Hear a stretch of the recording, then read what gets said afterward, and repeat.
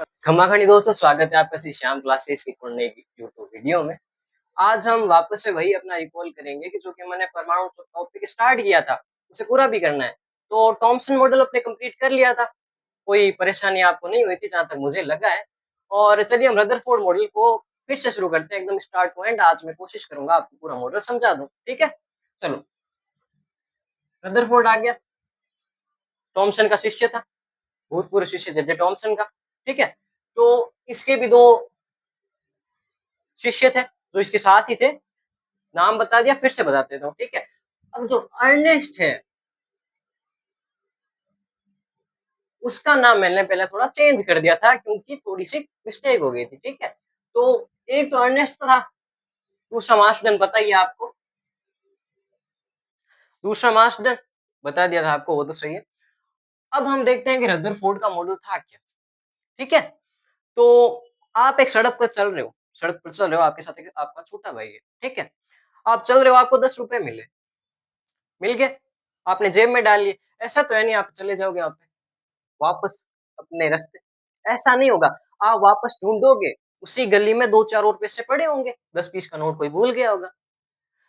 अब आप तो चले गए, आपका छोटा भाई वापस आया, वहाँ पे उसने वापस खोज भी नहीं की, ठीक है? तो वैसा ही था हमारा ये रदरफोर्ड। जे.जे. थॉमसन ने इलेक्ट्रॉन की खोज कर ली, कैसे की वो हमें डिटेल में नहीं बताया गया है, ठीक है? तो केवल खोज कर ली, यहीं तक सीमित रहते हैं, ठीक है? अब जो रदरफोर्ड है, वो जे.जे. थॉमसन का शिष्य है, उसने फिर से खोज चालू की, कब की थी? 1911 में, 1911 में, ठीक है? फिर से खोज चालू की, इस बार उसने सीधा प्रयोग कर दिया, ठीक है? सीधा प्रयोग किया अपने 2 शिष्यों के साथ, अर्नेस्ट और मार्सडेन के साथ, समझ गए? चलो, अब इन्होंने प्रयोग में किया, क्या-क्या चीज़ें ली वो मैं बताता हूँ, ठीक है? अब एक था हमारा Bi, 83 नंबर का एलिमेंट, यानी 83 नंबर का तत्व है। अब इस तत्व की विशेषता क्या है? एक रेडियोधर्मी तत्व है। रेडियोधर्मी का मतलब क्या होता है? रेडियो एक्टिवता पावर होती है रेडियो एक्टिवता की, ठीक है? यानी कि आप विस्फोटक मान सकते हो एक प्रकार से, या फिर तरंग प्रकृति का मान सकते हो। जो इनकी किरण निकलेगी वो तरंग प्रकृति की होगी, समझ गए? यानी एनर्जेटिक होता है ये रेडियो एक्टिव तत्व, ठीक है? रेडियो एक्टिव है ये,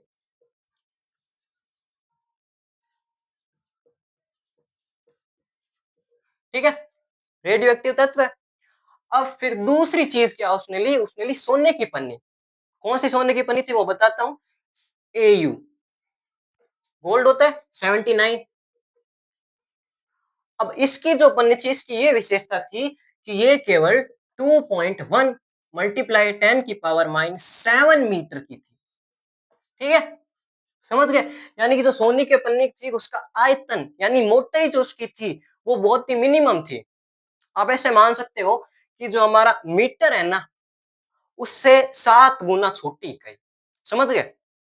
मीटर से भी 7 गुना छोटी इकाई थी, वो सोने की पन्नी की थी, समझ गए? चलो ठीक है। तो एयू गोल्ड के बारे में बात हो गई, कितनी मोटाई थी वो आपने बता दिया, ठीक है? अब ये मोटाई इतनी छोटी क्यों ली है? मैंने पिछले वीडियो में बताया था कि परमाणु जो होता है वो ऐसा अविभाज्यकरण है जिसके और अधिक टुकड़े नहीं किए जा सकते। अब हो सकता है रदरफोर्ड को इससे ज्यादा टुकड़े करने का मतलब वो चांस ही नहीं मिला हो, या फिर उसके पास रिसोर्सेस ही नहीं हो जिससे इसे छोटा टुकड़ा किया जा सके, तो उसने इसे परमाणु मान लिया होगा। कुछ भी हो सकता है, होने को तो कुछ भी हो सकता है, ठीक है? अब 2 चीजें हमारे पास आ गई। तीसरी क्या थी? तीसरी अल्फा कण, ठीक है? तो तीसरी चीज हमें चाहिए थी अल्फा कण, ठीक है? अल्फा कण। अभी अल्फा कण क्या होता है इसके बारे में जानकारी जरूरी है। अल्फा कण होते हैं हीलियम नाभिक। हीलियम नाभिक होंगे या कैसे होंगे, किस प्रकृति होंगे? तो धनात्मक प्रकृति, पॉजिटिव चार्ज इन पर होता है, ठीक है? पॉजिटिव चार्ज, कितने positive charge? 2 plus positive charge, ठीक है? समझ गए? अब जो सबसे आखिरी में और सबसे इंपॉर्टेंट जो है वो क्या है? चमकीली धातु। मान सकते हो आप, चमकीली पन्नी थी एक, ठीक है? तो चमकीली पन्नी,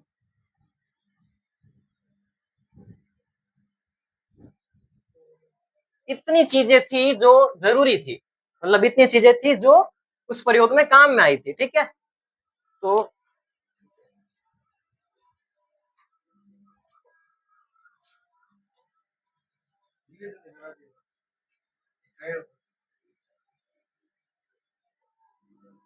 ठीक है, अब हम मॉडल को आराम से समझते हैं, कैसे था मॉडल, क्यों था, वगैरह वगैरह। ठीक है, तो परमाणु के बारे में आपको पता होगा, वो ऐसा होता है। ठीक है, ऐसा परमाणु होता है अपना। अब इसमें यहाँ पे इलेक्ट्रॉन, ठीक है, ऐसे घूमते रहते हैं। अब इसके बारे में रदरफोर्ड नहीं बताया था। कैसे बताया? उसने सोने की पन्नी ली, ये अपनी सोने की पन्नी, ठीक है। अब यहाँ पे उसने बीआई का एक, मान सकते हैं, ऊर्जा स्रोत बनाया, बीआई का, ये बीआई का ऊर्जा स्रोत। अब इस बीआई का उपयोग उसने किस में किया? अल्फा कण में, यानी अल्फा किरण प्रकीर्णन में बीआई का उपयोग किया। ये एक रेडियोधर्मी तत्व है, पावर होगी उसमें, तो उसने बीआई का उत्सर्जन करवाया सीधा, ठीक है, इस सोने की पन्नी पर, ये उत्सर्जन। अब सोने की पन्नी पर टकराया सीधा अल्फा कण, पता कैसे चलेगा क्या हुआ कैसे नहीं? तो उसके लिए उसने एक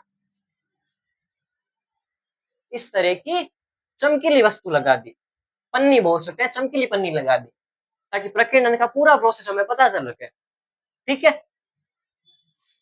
अब धीरे धीरे धीरे उसने प्रयोग में ये देखा कि ये जो किरण पुंज है वो ज्यादातर तो आर पार ही चली जाती है। ठीक है, आर पार चली गई, इसका मतलब क्या हुआ? परमाणु का जो अधिकांश भाग है वो रिक्त है, खाली है। परमाणु में अधिकांश भाग क्या है? खाली, कुछ भी नहीं है उसमें। अब जो दूसरी चीज उसने देखी वो इंपॉर्टेंट थी कि जो 8000 कण थे, या कहूं 8000 तरंगे थी, किसके तरंगे? अल्फा गणों की। उनमें से केवल एक 0.4%, 100 में से 0.4%, यानी केवल एक आई थी वापस, 90 डिग्री, या कह सकते हैं कि वापस ही आ गई, यानी हम कह सकते हैं 90 डिग्री विक्षेपित हो गई। इसका मतलब क्या हुआ? रदरफोर्ड ने यह गणना की कि ये जो हमारा अल्फा कण है वो पॉजिटिव चार्ज का है, अब वो सीधा 90 डिग्री वापस आ रहा है। इसका क्या मतलब हुआ? इसका मतलब ये हुआ कि इसे प्रतिकर्षण मिल रहा है, बहुत ही पावरफुल प्रतिकर्षण मिल रहा है, इसीलिए ये वापस पीछे आ गए। ठीक है, अब इसने जो गणना की, इसने जो बारे में बताया, वो सभी हम बताएंगे अभी। ठीक है,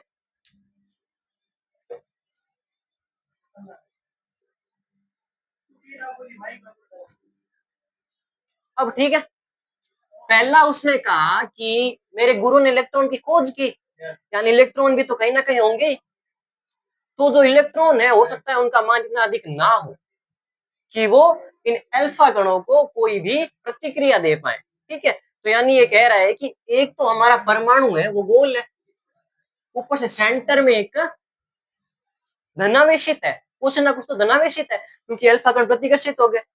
ठीक है, यानी कुछ ना कुछ धनावेशित है। अब धनावेश के साथ हम क्या जोड़े कि उदासीन हो जाए? तो उसने सोचा कि ऋणावेश, ऋणावेश इलेक्ट्रॉन हो सकते हैं, जो कि उसने गुरु ने बताया था। तो उसने सोचा कि प्रोटॉन है, यानी कि धनावेश है, प्रोटॉन नाम नहीं दिया, उसने कहा जो धनावेश है वो परमाणु के नाभिक में छोटे से भाग में होता है, छोटा सा भाग है, नाभिक कहते हैं उसे। उसी की खोज इसने रदरफोर्ड ने की थी। समझ गए? परमाणु, नाभिक। अब उसने कहा कि परमाणु स्थिर नहीं हो सकता, क्योंकि प्रोटॉन और इलेक्ट्रॉन है तो उदासीन होगा, धनात्मक ऋणात्मक है तो उदासीन होगा, इसीलिए इलेक्ट्रॉन गति करेंगे, यानी स्थिर नहीं रहेंगे। तो उसी ने यह बताया था कि पहली चीज क्या उसने बताई कि जो परमाणु है उसका अधिकांश धनावेश उसके केंद्र में स्थित होता है। ठीक है, तो परमाणु का अधिकांश धनावेश उसके केंद्र में स्थित होता है।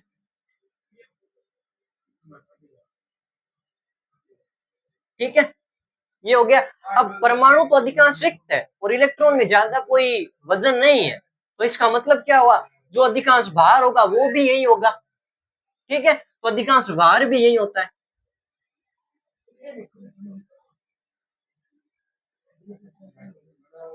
ये उसकी पहली थ्योरी। ठीक है, सही थ्योरी है, पहली थ्योरी उसकी। ठीक है, अब उसकी दूसरी थ्योरी है, दूसरी थ्योरी। अब इसकी दूसरी थ्योरी है कि ये जो परमाणु है वो नाभिक है, वो परमाणु के 10 के घात -15 छोटा है। अगर 10 है नाभिक, मेरा मतलब परमाणु, अगर परमाणु 10 है तो नाभिक क्या होगा, आओ, नाभिक क्या होगा, नाभिक परमाणु का 10 की घात -15 गुना छोटा होगा। ठीक है, ये उसकी दूसरी थ्योरी थी।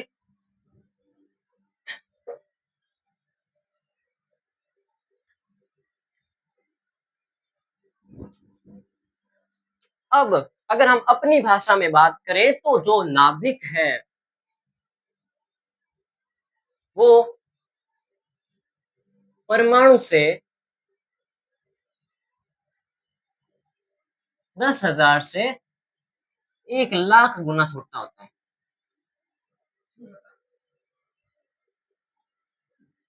ठीक है, दूसरी थ्योरी, नाभिक का साइज कितना है अगर कोई पूछे तो 10 की घात -15 होगा। समझ गए। अब एक यंत्र के अकॉर्डिंग बाद में पता किया गया, उसके अकॉर्डिंग तो 10 की घात -10 है, आप 15 भी लिख सकते हो आप, ये बड़ी प्रॉब्लम नहीं है। 10 की घात -10 वैसे होता है, पर आप 15 भी लिख सकते हो। ठीक है, वो भी सही होगा।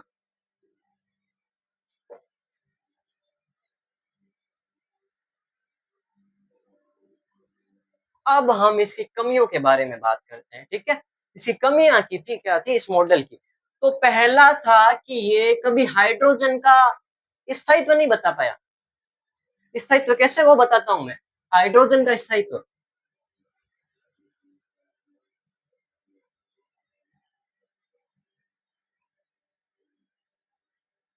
ठीक है, हाइड्रोजन का स्थायित्व ये कैसे नहीं बता पाया। हाइड्रोजन पे प्लस चार्ज आता है। ठीक है, अब जो हाइड्रोजन है उसके पास न्यूट्रॉन नहीं होता, ये स्थिर नहीं है तत्व, क्योंकि इसमें न्यूट्रॉन नहीं है, केवल एक प्रोटॉन है, सेंटर में एक प्रोटॉन होता है, तो उसमें केवल सेंटर में प्रोटॉन है, न्यूट्रॉन नहीं है। ये बता नहीं पाया कि इसका द्रव्यमान कितना है, या फिर कैसे कार्य करता है, या फिर इसके बारे में क्रिया विधि क्या है।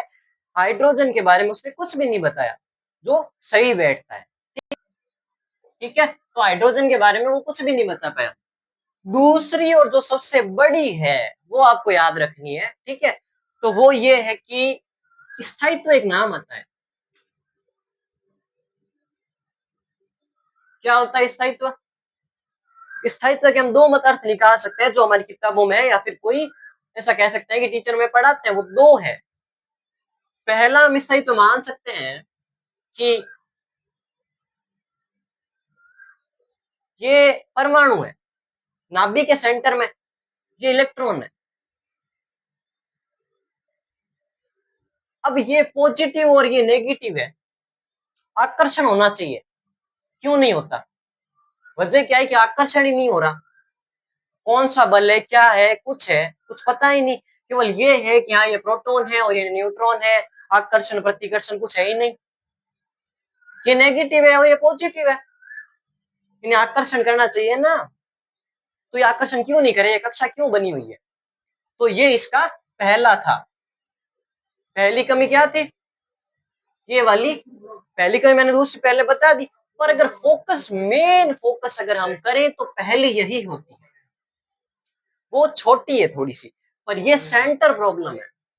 और दूसरा स्थिति जो मैंने बताया था, उसका मतलब ये है कि ये जो इलेक्ट्रॉन होते हैं, धीरे धीरे टाइम बीतता जाता है, तो इलेक्ट्रॉन क्या नाभिक में चले जाते हैं और परमाणु का अंत हो जाता है, ये हम कह नहीं सकते।